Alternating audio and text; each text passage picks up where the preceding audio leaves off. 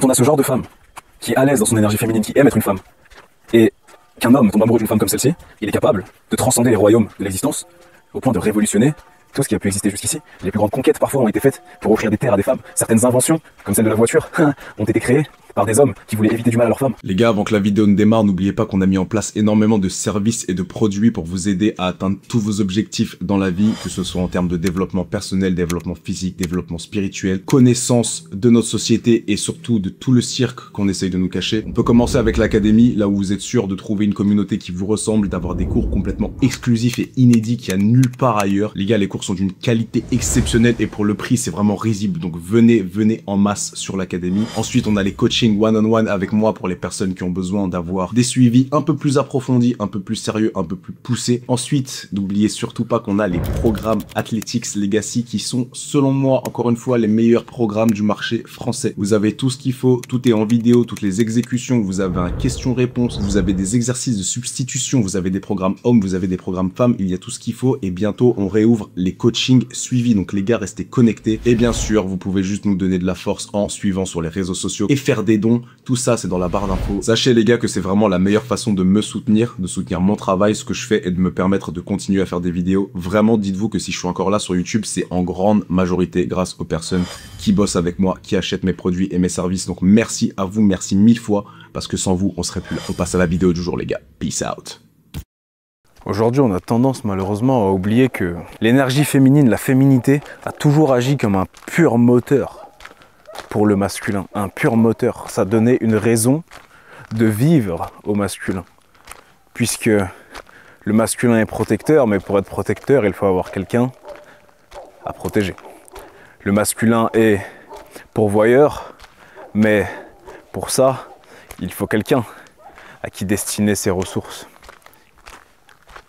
L'homme est reproducteur, l'homme est la force masculine qui s'exprime le mieux lorsqu'il a face à lui une entité purement féminine, une femme purement féminine. Quand je dis que ça accélère sa croissance d'essence masculine, c'est incomparable. C'est-à-dire qu'il y a deux façons de faire un homme. C'est soit la façon arriérée de le faire, selon moi, le service militaire, donc tu le retires. Alors attention, faut que je revienne sur mes dires là. Après on va me faire dire ce que j'ai pas dit. Je trouve que extraire l'homme, le jeune homme de 13, 14, 15 ans des jupons de la mer, c'est excellent. Pendant quelques temps, vrai stage de masculinité, tu le sors des jupons de la maman qui sera toujours là pour le surprotéger, pour le voir comme un grand bébé éternel, tu vois. Tu le mets face au vrai monde. Mais bon, le service militaire, c'est autre chose. On te brainwashait le cerveau avec ça. On te faisait faire des choses, certes, parfois utiles pour le corps, mais assez doutables pour la morale. Bref, donc on a soit cette façon-là, soit on a la façon naturelle de Dieu, hein, lorsqu'il a créé Adam. Suite à ça, il a créé Ève pour sa compagnie, même si il s'en est suivi des conséquences assez dramatiques. On connaît tous l'histoire d'Adam et Ève. Dieu a quand même, pour l'homme, choisi de créer la femme. Et le problème aujourd'hui, c'est qu'on a tellement masculinisé les femmes à cause du féminisme. Le féminisme ne rend jamais plus féminin. Le féminisme rend forcément plus masculine. Puisque le féminisme, c'est une idéologie propagandique qu'on a fait bouffer aux femmes, qui stipule que les hommes, apparemment, ont des vies plus avantageuses, plus simples que les femmes depuis la nuit des temps, que les femmes sont des victimes absolues, et que donc, pour ça, il faut réduire les droits des hommes et augmenter ceux des femmes pour atteindre ce qu'on appellerait quelque part, dans un fantasme complètement immature, une égalité des sexes, égalité qui se prouve à chaque fois réfutée par simplement la biologie, la vie, les hommes, les femmes, l'univers, la nature, puisque ces choses sont éternelles. Et donc, comme je le disais, on se retrouve avec des femmes complètement paumées, à qui on a vendu le mensonge de l'indépendance, qui ont mordu à l'hameçon, hein, parce que forcément on te dit « Ah, t'as été une victime toute ta vie, faut que tu te rebelles, voilà, on a créé un mouvement pour toi, en plus on va le financer, il y aura des idoles, entre guillemets, il y aura des personnes qui vont vous représenter, qui seront connues, des célébrités qui prendront parti à toute cette connerie avec vous. Et donc oui, elles se sont laissées embarquer, et puis ils s'attaquent pas aux femmes pour rien, ils savent que c'est le sexe le plus docile, le plus naïf, le moins apte à se méfier profondément, tu vois. Mais bon, ils savent très bien ce qu'ils font en face.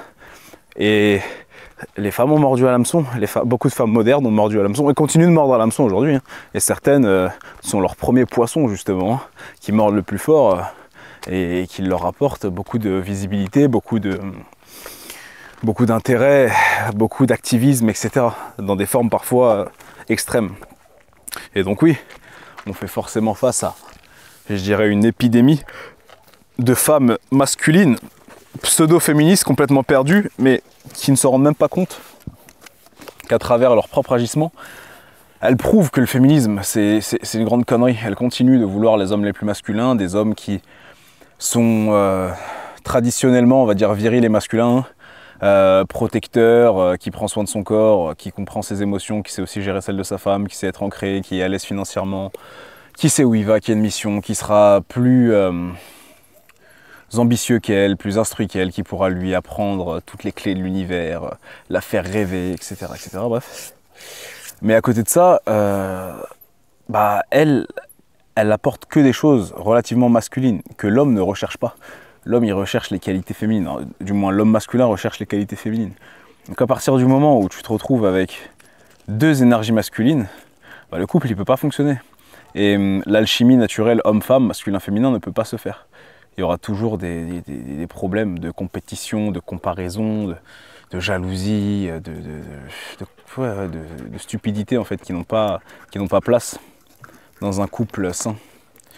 Donc, quand tu vois que ce que la femme a apporté techniquement, c'est son corps physique, hein, donc du sexe et de l'affection physique, de l'oseille, parce que bon, elle est indépendante, hein, elle a son propre OnlyFans, bon, je vais loin, je rigole un peu, mais voilà, elle taffe, elle a un travail, etc. Elle en est contente, elle a un poste qu'elle apprécie, elle a des collègues, elle a une vie de travail, tu vois, une vie professionnelle.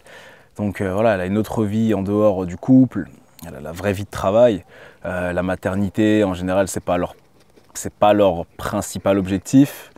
Leur qualité du coup maternelle, donc le fait de très bien cuisiner, d'aimer prendre soin du foyer, d'aimer justement transformer les ressources que tu apportes en tant qu'homme, en tant que pourvoyeur, encore une fois, toutes ces qualités-là, elles les ont pas vraiment.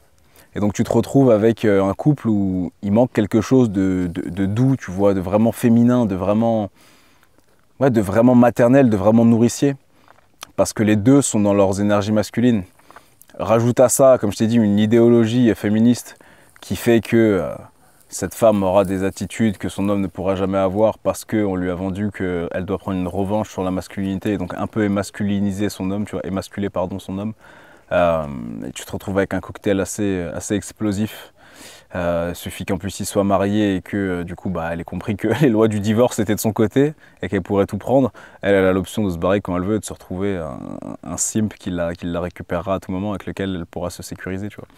Le jeu est très bien fait, hein. Enfin très bien fait, il est très bien ficelé. Mais ouais, donc cette féminité là, il faut la trouver. Et parfois il faut aller un peu loin de chez soi pour le trouver, sortir de sa zone de confort, sortir de ce qu'on connaît, pour aller trouver des choses justement, des endroits, des cultures, des traditions qui sont restées peut-être un peu plus old school, je dirais, un peu plus naturelles, un peu plus en accord avec les lois de la nature. Et parfois oui, il faut s'éloigner des grandes villes, là où personne ne vit la vraie vie, où ils sont tous bloqués dans cette illusion de consommation et de production 24 heures sur 24, où ça s'arrête quasiment pas dans leur esprit, où tout est allumé tout le temps, tu as de la lumière la nuit, tu as de la lumière le jour. Ce sont des villes infernales qui portent très bien leur nom, hein. Enfin, leur adjectif là, quand je dis infernal, c'est à prendre au pied de la lettre. Mais encore une fois, c'est la masculinité qui a complètement failli aussi, hein, à la féminité. Et moi, je peux pas dire l'inverse, hein. Je vois tellement d'hommes des anciennes générations. Moi, je suis de 94, j'ai 31 ans. On est en 2005, on est en 2025 au moment où je parle.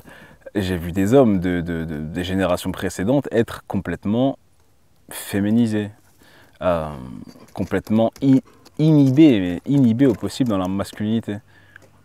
Et ma génération et les générations plus jeunes, là, elles n'ont pas eu des modèles assez incroyables en termes de rôle masculin. Il y en avait dans les films, il y en avait dans les trucs comme ça, mais justement c'était du Hollywood, tu vois, c'était un peu du fake, c'était du surfait. Ça donnait une idée, mais c'était toujours très extrême, c'est du cinéma, il faut que ça vende. C'est pas... les vraies formes de masculinité, elles sont rares au cinéma. Aragorn est peut-être un des meilleurs exemples. Mais ouais, rester vraiment ancré dans sa masculinité divine, vouloir le bon, faire le bon, protéger, créer. C'est ça la masculinité, la vraie. Quand on dit protéger et servir, c'est vraiment ça, hein, c'est donner de sa personne pour les gens qu'on aime, pour nos communautés, pour nous-mêmes, pour Dieu, pour la passion, pour l'art, voilà, c'est pour l'expression.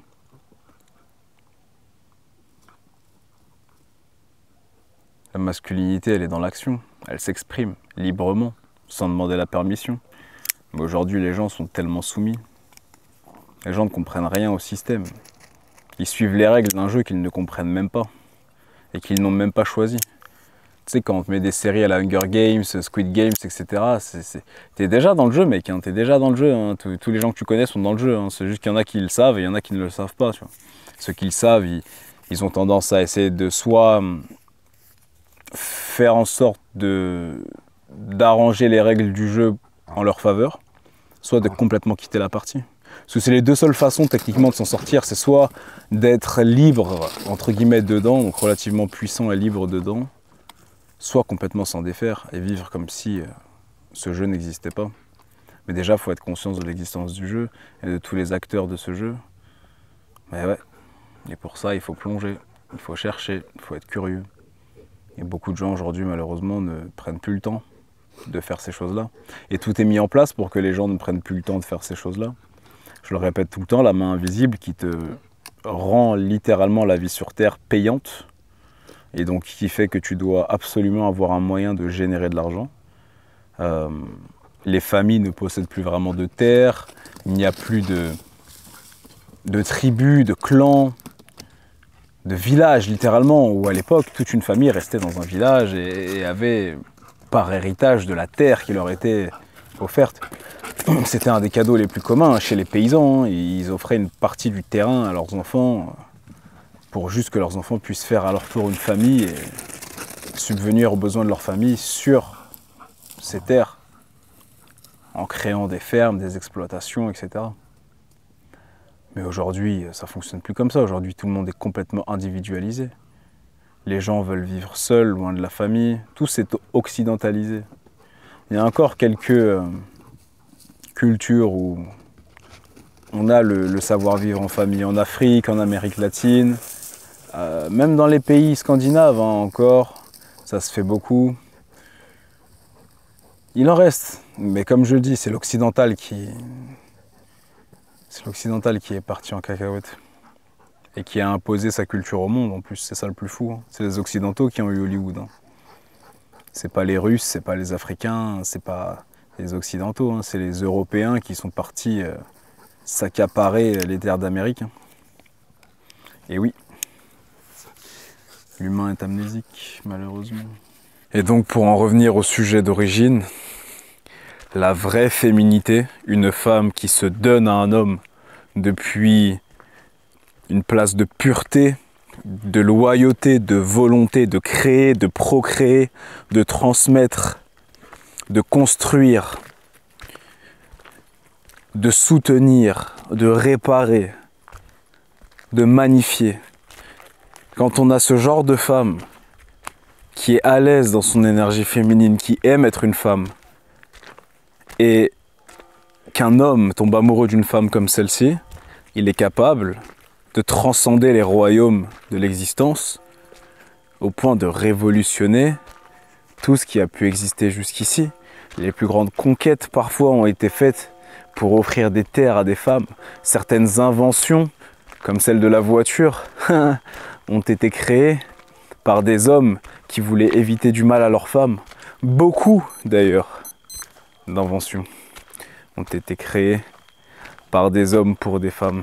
Mais dans simplement l'essence masculine, dans simplement l'instinct masculin, quand un homme devient père, c'est différent. Quand un homme devient, je dirais petit ami d'abord, mais plus sérieusement fiancé, marié, encore une fois, je le répète, à un certain type de femme, alors cet homme, un peu comme je l'ai dit tout à l'heure, transcender sa propre masculinité, aller chercher depuis des états de conscience qu'il était incapable de même percevoir ou imaginer auparavant, puisqu'il n'avait jamais eu cet environnement naturel qui le met à la place du père ou du mari, de l'homme, du protecteur, de l'homme, de la femme, du père des enfants, du masculin, du féminin, tu comprends? C'est là-dessus qu'il faut vraiment insister.